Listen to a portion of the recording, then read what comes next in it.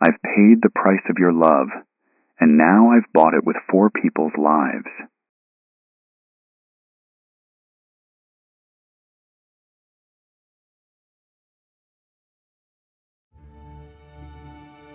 Hidden deep within the Sierra Nevada mountains, far from the bustle of California's sprawling cities, lies a quiet place once seen as an idyllic retreat. Keddie, California. A forgotten resort town where families would gather by the railroad tracks, where the air was crisp, the nights were still, and the forest stretched endlessly into the unknown. But 44 years ago, in April of 1981, Keddie became a name synonymous not with peace, but with terror. It became home to one of the most savage, perplexing, and still unsolved crimes in American criminal history. A crime that would rip a family apart, shatter the fragile fabric of a small town, and leave behind a chilling mystery that persists over 4 decades later. This is the story of the Keddie Cabin Murders. It was 44 years ago, Sunday morning of April 12th, 1981. 14-year-old Sheila Sharp returned home to Cabin 28 after spending the night at a friend's cabin just steps away. She opened the front door and stepped into a waking nightmare. Lying in the small living room were the bodies of her mother, Glenna Susan Sue Sharp, her 15-year-old brother John, and John's friend, 17-year-old Dana Wingate. The scene was almost surreal in its brutality. Blood had painted the room in a grotesque mural. It covered the carpet, the walls, the bedding, and even streaked the ceiling above. The 3 victims had been bound, stabbed, bludgeoned, and strangled in a frenzy of violence. Sheila screamed for help, rushing back to the neighbor's house, sparking what would become a chaotic and controversial investigation. And yet, in the midst of this carnage, there were survivors. In a small bedroom, barely steps from the slaughter, 3 young boys, Sheila's younger brothers, Rick and Greg, and their friend Justin Smart, were found unharmed. They claimed to have slept through the ordeal, a claim that has sparked speculation ever since. But perhaps most horrifying of all, 12-year-old Tina Sharp was missing. Her absence turned an already brutal crime into a haunting mystery. The horror inside Cabin 28 defied logic. Sue Sharp was found near the couch, lying on her side, nude from the waist down. Her body bore the scars of rage, stab wounds to her chest and throat, blunt force trauma to her head, her mouth cruelly gagged with her own underwear, secured with a strip of medical tape. John Sharp and Dana Wingate's bodies told a similar tale of overkill. John's throat had been slashed, his body brutalized. Dana had been manually strangled, his skull crushed with hammer blows that left impressions even in the thin floor beneath him. 2 knives, both stained with blood, were discovered at the scene, alongside a hammer. One of the knives, a steak knife, was bent at a grotesque angle, evidence of the sheer force used in the attack. Curiously, there was no evidence of robbery. Nothing appeared missing. There were no signs of forced entry.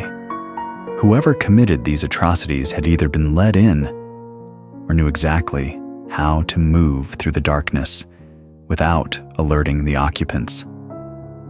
The lack of clear motive, combined with the intimate brutality, suggested this was not random. This was personal. But why? And who?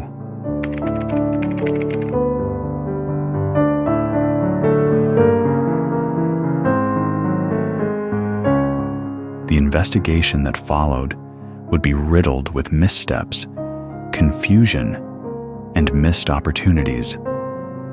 From the very beginning, the crime scene was compromised. Neighbors and friends, well-meaning but untrained, entered the cabin before law enforcement could secure the scene. Evidence was moved, contaminated. Some would say, lost forever. Even the investigative approach raised eyebrows. The Sacramento Department of Justice sent agents typically assigned to organized crime cases, not homicide detectives. This decision, coupled with the chaotic early response, left many critical leads to rot in the shadows. And yet, two names soon surfaced at the center of suspicion. Martin Smart, a neighbor of the Sharps, and the father of Justin Smart, one of the surviving boys found asleep in the cabin. Martin was known to be volatile, violent even. Shortly after the murders, he fled Keddie for Reno, Nevada, without explanation. In a deeply unsettling letter to his estranged wife, Martin wrote, "I've paid the price of your love, and now I've bought it with 4 people's lives." A confession, or the ramblings of a disturbed mind? According to later reports, Martin even confessed to a counselor, admitting he had killed Sue and Tina Sharp. His alleged reasoning was chilling. Tina had to die because she could identify him. Beside him stood John Bo Bubid, a drifter with a checkered past, rumored ties to organized crime, and Martin's close companion at the time. Together, they were seen as the most likely perpetrators. Yet, despite the circumstantial evidence, neither man was ever charged. Both have since passed away, their secrets buried with them.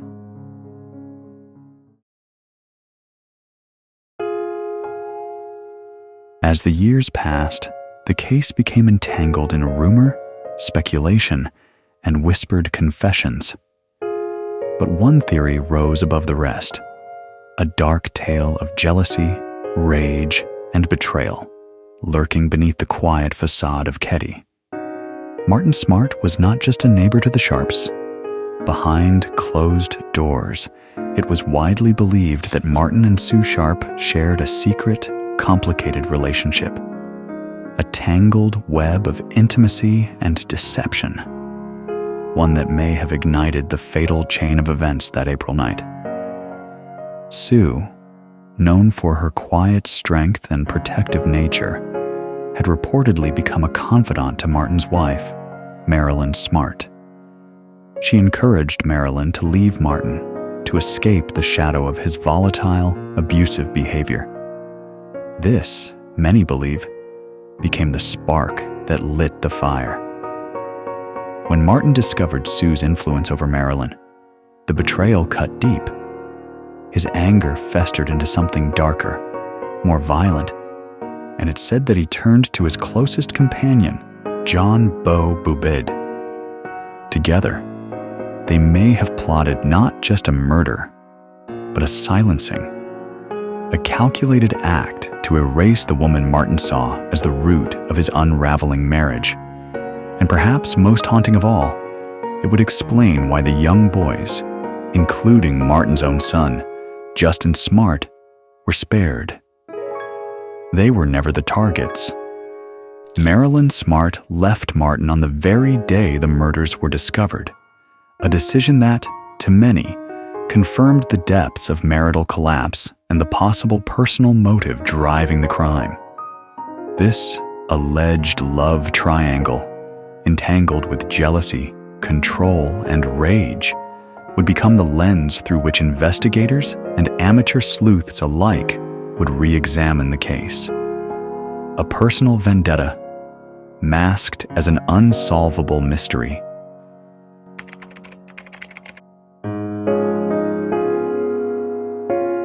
The question of Tina Sharp's fate haunted investigators and the community alike.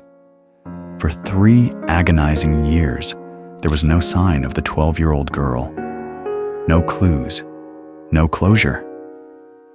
Then, in 1984, the nightmare stretched its claws once more. A bottle collector, scavenging the remote Camp 18 area, stumbled upon human remains. A skull, fragments of bones, later confirmed to be Tina Sharp. She had been taken over 60 miles from her family's cabin, murdered, and left to decay in the wilderness. The discovery reignited the investigation, but once again, no arrests followed. Years turned into decades.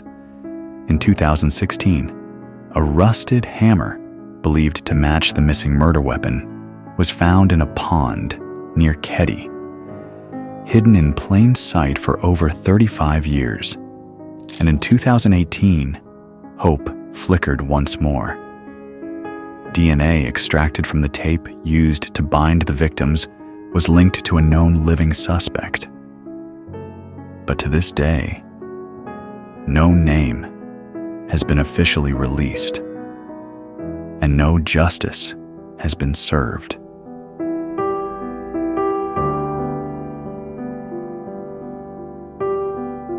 In 2004, the cursed structure known as Cabin 28 was demolished, reduced to rubble in an attempt to erase the scars it left on Keddie. But the trauma, the terror, those cannot be bulldozed away. The Keddie Cabin Murders remain a dark and open wound, a symbol of investigative failures, lost opportunities, and haunting injustice. Why did 3 young boys sleep through such a brutal massacre? Why did authorities ignore key confessions? Was there a cover-up?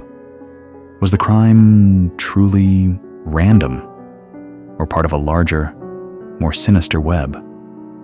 These are the questions that continue to haunt true crime enthusiasts, investigators, and the families of the victims. 4 decades later, the shadows over Keddie have not lifted, and perhaps they never will. But in the world of cold cases, hope is stubborn. New forensic technology emerges, old witnesses speak, and secrets sometimes refuse to stay buried. Some crimes are never solved, but they are never truly forgotten.